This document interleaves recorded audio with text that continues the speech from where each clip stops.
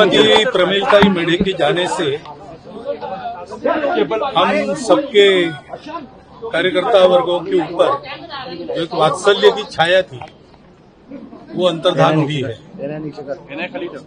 उन्होंने बहुत बड़ी तपस्या की है, समिति के प्रारंभ से काम कर रही है और यहाँ 60 साल से यहाँ रहकर काम करती है और बहुत परिश्रम भी किया है।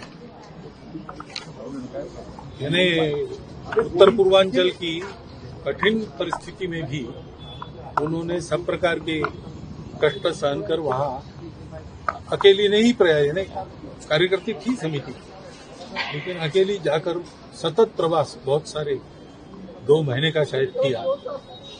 ऐसे उनके परिश्रम का आदर्श हम लोगों के सामने है। हम जब कभी यहाँ आते थे उनसे मिलते थे, इतनी आत्मीयता से सारी पूछताछ और ये सब करती थी, तो वो व्यक्तित्व हमारे आंखों के सामने से अंतर्धान हो गया।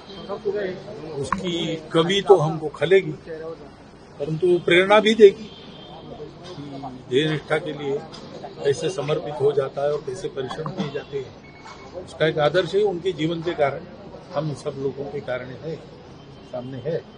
उन्होंने देहदान किया है।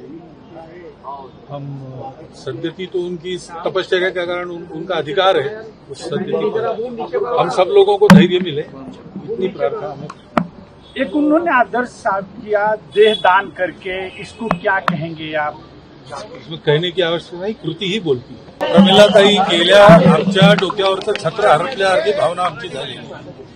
त्यांनी निष्ठापूर्वक इतके वर्षाचे समितीचं काम केलं, त्यात त्यांनी परिश्रमाचा, तपस्येचा, समर्पणाचा सगळेच आदर्श आपल्या जीवनाने आमच्यासमोर उभे केले आहेत।